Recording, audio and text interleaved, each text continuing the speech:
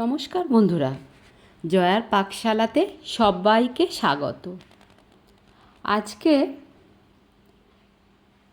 রাধাবল্লভী করে দেখাবো, সঙ্গে আলুর তরকারি। মিষ্টির দোকানে এই রাধাবল্লভী খুবই জনপ্রিয়, টিফিন হিসাবে এটা অপূর্ব। এর জন্য বিউলির ডাল নিয়ে নিয়েছি বা কলাইয়ের ডাল। এটা আমি একটা কাপড়ের মধ্যে, পরিষ্কার কাপড়ের মধ্যে দিয়ে খুব ভালো করে মুছে নিচ্ছি। এটা আমি ধোবো না। ইনস্ট্যান্ট যদি আমাদের রাধাবল্লভী খেতে হয়, আমরা এইভাবে করতে পারি। কোনো ভিজিয়ে রাখার কোনো ব্যাপার থাকে না। একটা কড়াই নিয়ে সেটা জেলে দিয়েছি। ডালটা দিয়ে একটু ড্রাই রোস্ট করে নেব। এটা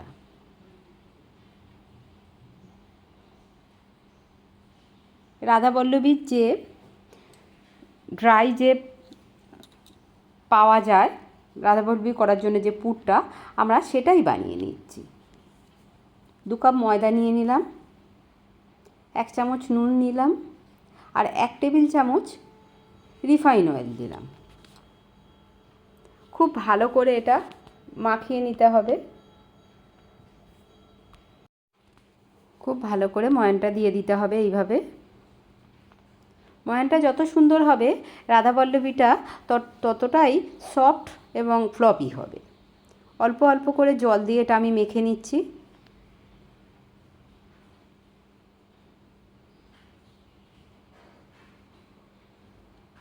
অল্প অল্প করে জল দিয়ে মাখতে হবে। বেশি করে জল দিলে বেশি পড়ে যাবে, তখন খুব নরম হয়ে যাবে, সেটা একদমই ভালো লাগবে না। দেখুন, এইভাবে একটা, যেমন আমরা নর্মাল রুটি, লুচি, পরোটা করি, তার থেকে সামান্য একটু সফট করব। ওটা ঢাকা দিয়ে রেখে দিলাম আধ ঘন্টার জন্য। ডালটা মিক্সির জারে নিয়ে নিলাম। জিরা দিলাম 1 চামচ, লঙ্কার গুঁড়ো 1/2 চামচ, নুন দিলাম হাফ চামচের একটু কম, চিনি 1 চামচ, আর একটা ভাজা মশলা, জিরে, ধনে, গরম মশলা আর তেজপাতা ভালো করে ড্রাই রোস্ট করে আমি মিহি পেস্ট করে নিয়েছি। এটা এই রকম থাকবে, একদম মিহি হবে না, সামান্য একটু হাতে লাগবে। এইভাবে করলে এটা খেতে বেশি ভালো লাগে। অল্প অল্প করে জল দিয়ে আমি এটা শুকনো ভাবে এইভাবে একটু গুলে নেব।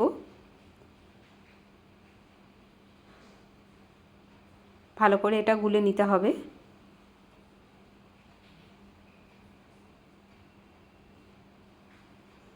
এটা এখন একটু নরম আছে, যখন হয়ে যাবে তখন কিন্তু মানে কিছুক্ষণ রাখলে এটা জলটা টেনে নেবে, তখন কিন্তু এটা শুকনো হয়ে আসবে, এতটা নরম আর থাকবে না।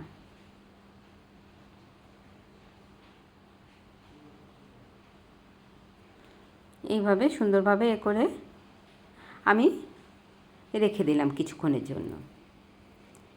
এদিকে মিক্সির জার নিয়েছি, তার মধ্যে আদা নিলাম, টমেটো, কাঁচা লঙ্কা, 10-12 কোয়া রসুন, কস্তুরি মেথি নিলাম অল্প কিছুটা। খুব ভালো করে একটা মিহি পেস্ট করে নেব একটু জল দিয়ে। কড়াইতে রিফাইন অয়েল দিয়ে দিয়েছি, আর আমি গোটা আলু প্রেসারে সিদ্ধ করে নিয়েছি একটু লবণ দিয়ে, সেটা ছাড়িয়ে নিয়ে 2 টুকরো করে নিয়েছি। সেই আলুটা একটু ভেজে নেব।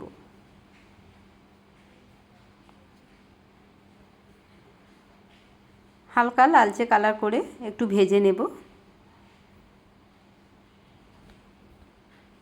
একটু নুন দিয়ে দিলাম আবারও। এই রকম নুন দিয়ে আলুটা ভেজে নিলে এর টেস্ট অনেক গুণ বেড়ে যায়।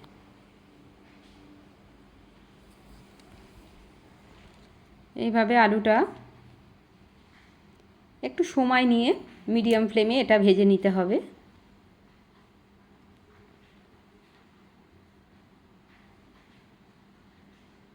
আলুটা ভাজা হয়ে গেছে, আমি তুলে নিলাম।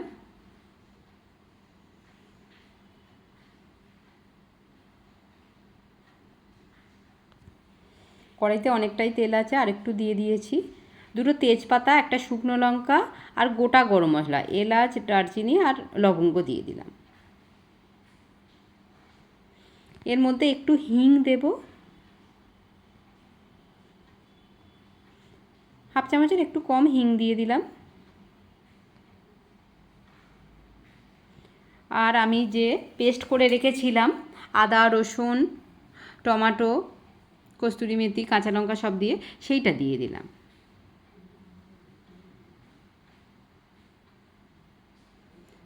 আর আমি এখানে কিন্তু একটু চার মগজ দিয়েছি, যেটা আমার স্কিপ করে গেছে ক্যামেরা থেকে।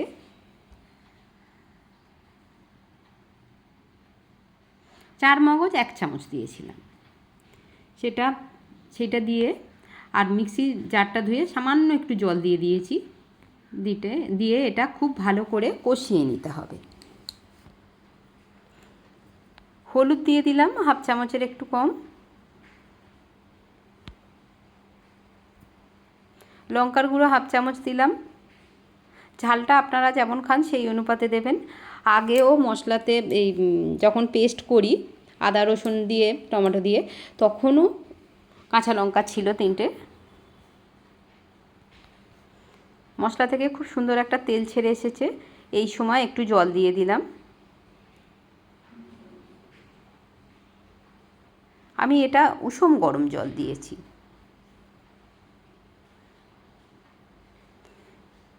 এটা 2-3 মিনিট কষিয়ে নিয়েছি খুব ভালো করে, তারপর ফুটে গেছে। এবারে ভেজে রাখা আলুটা দিয়ে দিলাম।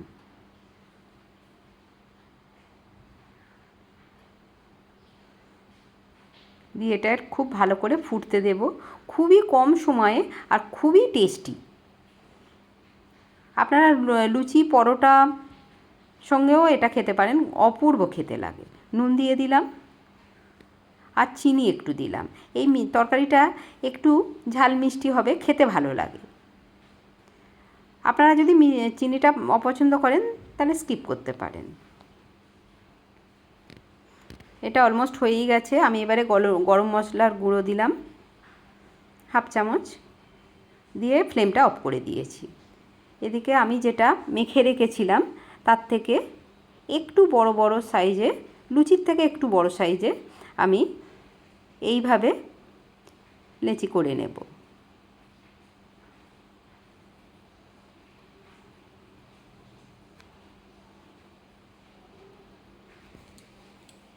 এইভাবে সমস্তগুলো লেচি করে নিতে হবে।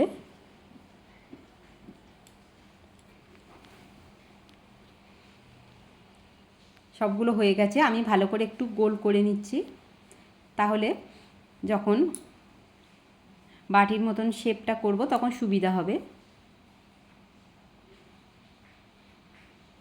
সমস্তগুলো হয়ে গেছে। এদিকে পুরটাও অনেকটাই শুকনো হয়ে এসছে। আমি প্রথমেই একটু হিং দিতে ভুলে গেছি, ওই জন্য পরেই হিংটা দিলাম।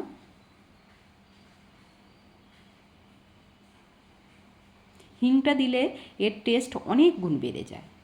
খুব বেশি না, হাফ চামচেরও হাফ দেবেন।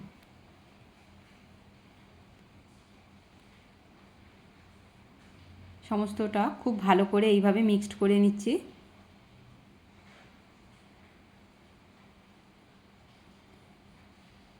লেচি থেকে নিয়ে এইভাবে বাটির শেপ করে নিয়ে নিচ্ছি। আর অল্প একটু বেশি বেশিই দেবো, খেতে ভালো লাগবে। দিয়ে খুব ভালো করে এইভাবে মুখটা সিল করে দিতে হবে, যাতে একদম না বাইরে বেরোয়। এইভাবে যদি করেন একটাও কিন্তু পুর বাইরে বেরিয়ে যাবে না। বাইরে বেরিয়ে গেলে দেখতে তো ভালো লাগেই না, তেলের মধ্যে থেকে সেটাও কালো কালো ভাব হয়ে যায়, একদমই খেতে ভালো লাগে না। আরও একটা এইভাবে করে নিচ্ছি।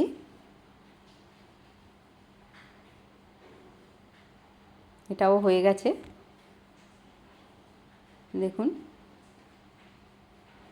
এইভাবে বাটির আকারটা করে নিলেই এটা খুব সহজেই হয়ে যায়, আর খুবই ইজি করা এটা।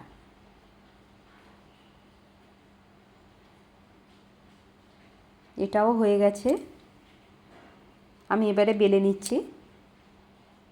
হালকা একটু হাত দিয়ে একটু স্প্রেড করে দিচ্ছি, যাতে যে পুরটা দিয়েছি পুরটা পুরো ভর্তি ভর্তি হয়ে যায়, চারিদিকে এক জায়গা না হয়। এটা হয়ে গেছে বেলা। আরও একটা বেলছি, দেখুন একটারও বাইরে বেরোবে না কিন্তু পুরটা। একটা কড়াই বসিয়ে নিয়ে তার মধ্যে ডুবো তেলে ভাজতে হবে। পরিমাণ মতন রিফাইন অয়েল দিয়ে তেলটা গরম করে নিয়েছি, দিয়ে দিয়েছি এর মধ্যে। কীরকম বলের মতন পুরো ফুলছে দেখুন।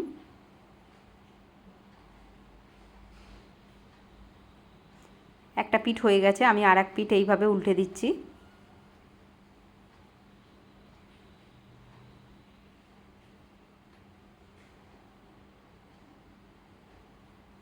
এটা হয়ে গেছে, আমি তুলে নিলাম।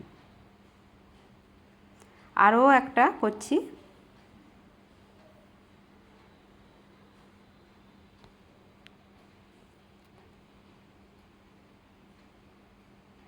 প্রত্যেকটা এইভাবে ফুলবে।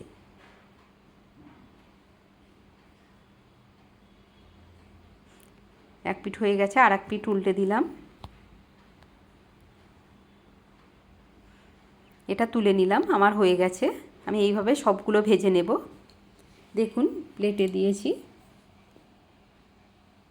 রেসিপিটি ভালো লাগলে লাইক, শেয়ার, কমেন্ট এবং সাবস্ক্রাইব করতে ভুলবেন না।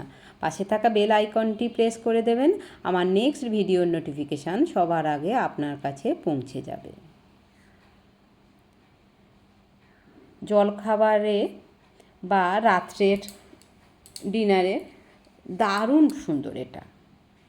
কেমন লাগলো অবশ্যই কমেন্ট বক্সে জানাবেন।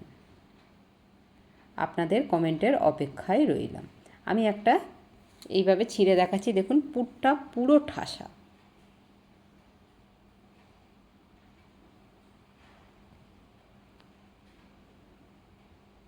দারুণ সুন্দর দেখতে লাগছে, আর খেতে অপূর্ব।